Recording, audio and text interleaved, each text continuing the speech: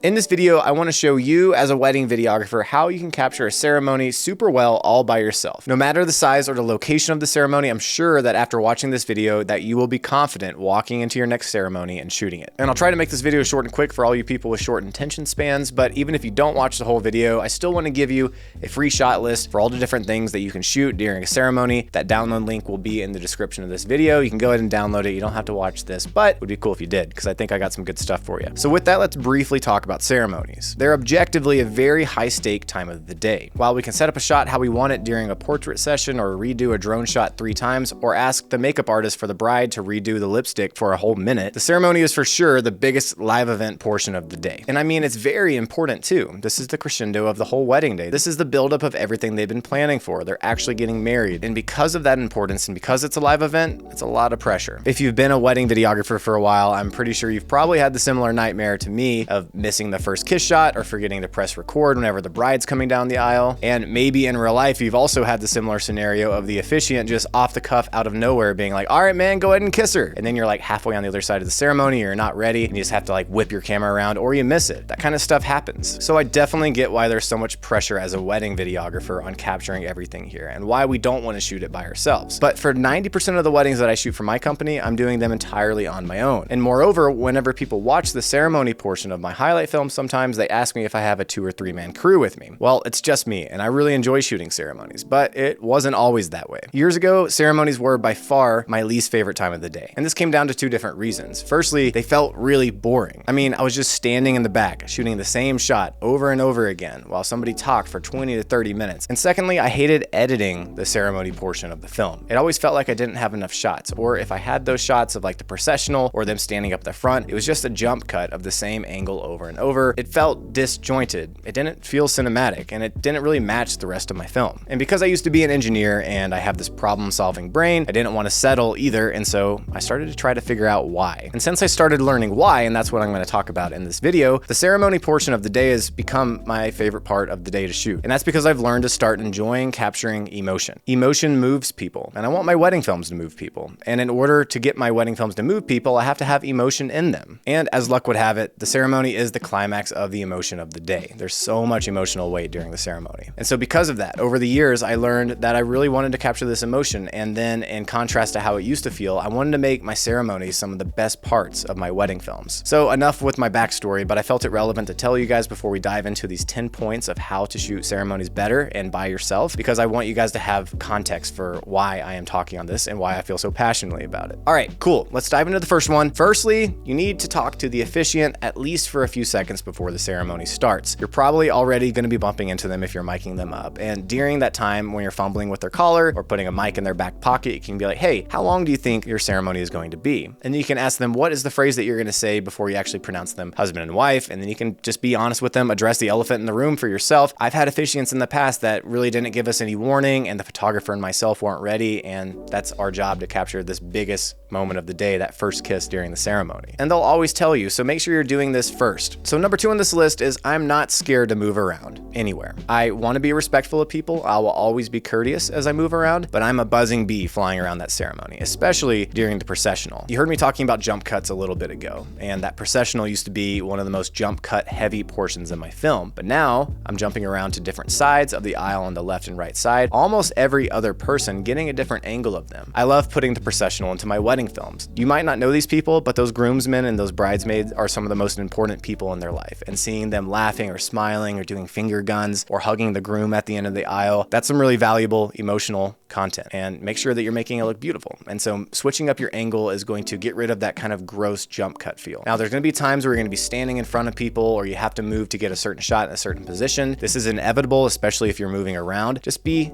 cautious and attentive and self-aware and look at them and be like, hey, I'm sorry in your way. And they'll always say, it's okay, it's okay. As long as you address it and you're not belligerent, people are understanding. So during the ceremony, I might go behind the officiant. I might get a shot off to the edge. I might have to stand in front of one of the bridesmaids bridesmaids, or I might have to stand in front of a grandma, but they know that you're there to do a job. Now, there is the off occasion where somebody will get upset, but I prioritize this memory that is going to be sticking with this bride and groom more than the 5 to 10 second frustration that somebody's feeling in that moment. I do care about what they're feeling, but also I care a lot about the product that I'm delivering to this couple. And so moving on from that one, as you're moving around, third, shoot on a longer focal length. Don't float around during a ceremony shooting on a 35mm or wider. I'm always shooting on a 50mm, normally an 85, and then sometimes 135mm. And I'll get a little bit more into why later. There's lots of reasons why to do this, but this is going to allow you to see a lot more things happening. It's not just about the space, it's about the people that are there in the space. And so capturing the mother sitting there, and you can crouch down on one knee, get some foreground from across the aisle, get her wiping a tear, or the father-in-law laughing. You can get close-ups of people. This is especially effective during vows, but this also allows you to move around and get different angles without having that jump cut feel of shooting in the same space from all these different angles. You can focus in on tiny details and really capture the essence of the ceremony. Now, I will get a couple wide shots of the ceremony after the initial hustle and bustle of the ceremony has died down, after the bride has walked down the aisle and the officiant's now talking, but I only get a couple of those shots because, again, if you start shooting those a bunch, it's going to start to feel jump cutty, and I don't like that feel. Now, number 4, and I almost put this as number 2, but I wanted to make those other 2 points first, is make sure that you're on the same page and communicate with the photographer. You've already communicated with the officiant, now you need to talk to the photographer. Second to the bride, you're going to be working with the photographer the most on a wedding day, and especially during the ceremony, during this high-stake event, you need to make sure that you're on the same page as the photographer. A lot of photographers have a very set way of doing things, but they're also kind normally, and human, and open to communication, and making sure that you get what you need as well, especially if you're communicating with them. Videographers have a stereotype of slapping a tripod right in the middle of the aisle, and I don't advise that. I just advise floating around on a single camera by yourself and getting everything you need for your highlight film that way. But I like to break down that paradigm by letting them know, hey, I'm shooting on an 85mm, so you're never going to be in my way. Don't worry about it. I let them know I move around a lot into processional, getting shots from different angles, and that they don't need to worry about getting in my shot, and I'll for sure always make sure that I'm staying out of their shot. So number 5, I want to demystify something, and I want to let you know that as a solo shooter, you can effectively capture the bride coming down the aisle and get the groom's reaction at the same time. When you're making a highlight film, you're typically only putting maybe 3, maximum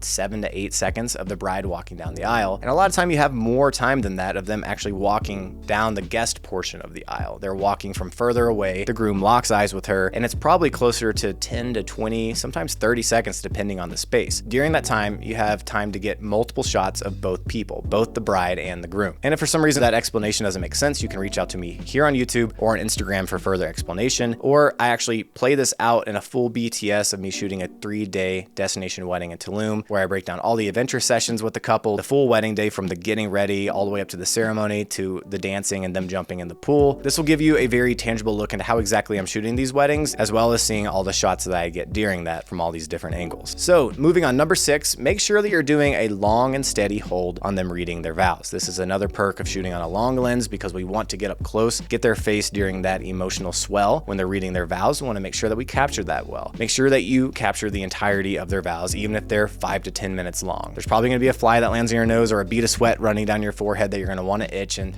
that's okay, but it's probably going to happen during the portion that you're wanting to use in your film, because that's what always happens to me. When I move, that's the portion that I want to use in my films. Now, this point and the last point are one of the biggest cons of shooting by yourself. It's kind of a give and take because sometimes it's hard to shoot the groom on your own when the bride's coming down the aisle. I always execute it and make sure that it happens, but it can be hard. And secondly, if you're shooting by yourself, you don't have another angle of the person's reaction as their partner is reading their vows, which I think is really cool to be able to get. And I really value that when I have second shooters. This problem can be mitigated by having extra tripods, but I'm a very efficient and quick shooter. I don't have time to fumble with multiple tripods during the day with multiple cameras, batteries, cards, and things like that. This is just a process that I've been able to develop over the years that works for me, and hopefully it'll work for you. But again, it's not perfect. Number 7, this is something that you should do before the ceremony. Make sure that you're miking up the groom and the bride. Making sure you have clear audio of their vows is incredibly important, and every single bride that I have, I mic her up before the ceremony. They never have a problem with it. There's always a way to hide the mic pack and the lavalier mic using stickies, so that's a whole other conversation about asking your brides if you can mic them up. But I always always do it, and I always get really good audio. I used to use just the groom's audio for the bride's, but if there's any wind or muffling or he's a loud breather or whatever it might be, it ruins her audio, and her audio is just as important as his. So number 8, again, I've already kind of hit on this already, but focus less on having a bunch of tripods there and focus more on the camera that you have on your person. Now, I'm not saying tripods aren't valuable, but for my workflow and the way that I've developed this process, it doesn't really work with the way that I move through a wedding day. When I deliver my ceremony films, I just have one tripod in the back, and it's a wide angle lens, and I press record, and then at the end, I sync the audio whenever I deliver the film with this raw footage, and I send it to them. I don't put a lot of effort into that because I'm putting a ton of effort into actually using my camera with this long lens and moving around a lot to capture the emotions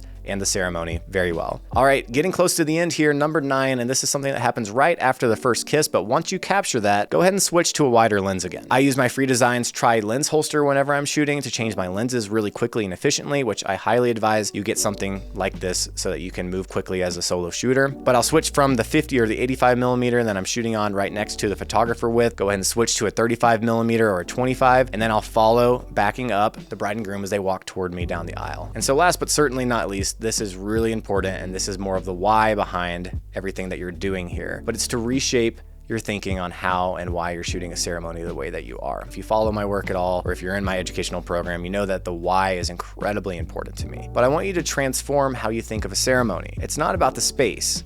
It's about the people that are there. It's about the emotions, the mom, the dad, the grandma, the friends, the bridesmaid, the groomsmen, the officiant, and of course the bride and the groom. This is such an important occasion for these people. This is a momentous part of their life and the crescendo of the day. There's gonna be a roller coaster of emotions throughout this ceremony, and your job is to capture it. Focus less on the space and focus on the real subject of the ceremony. It's the people there and the emotions that are happening inside those people. When you start to change the why behind how you're shooting ceremonies, you're gonna see a huge difference in how you're actually capturing these. You're gonna be a lot more motivated, and you might just come to deem it one of your favorite parts of the day to capture. I really appreciate you guys watching this video. I hope it was helpful. If you wanna download that shot list, I got it down here in the link in the description. And of course, I don't know everything, so please leave any feedback that you guys have. This is not the definitive guide to shooting. These are just my thoughts, and this is how I do it. And so would love to hear your thoughts on how you shoot it, or if this helped you out in figuring out how to shoot a ceremony by yourself. Thank you guys for watching. I'm Stanton Giles. I'll see you next time.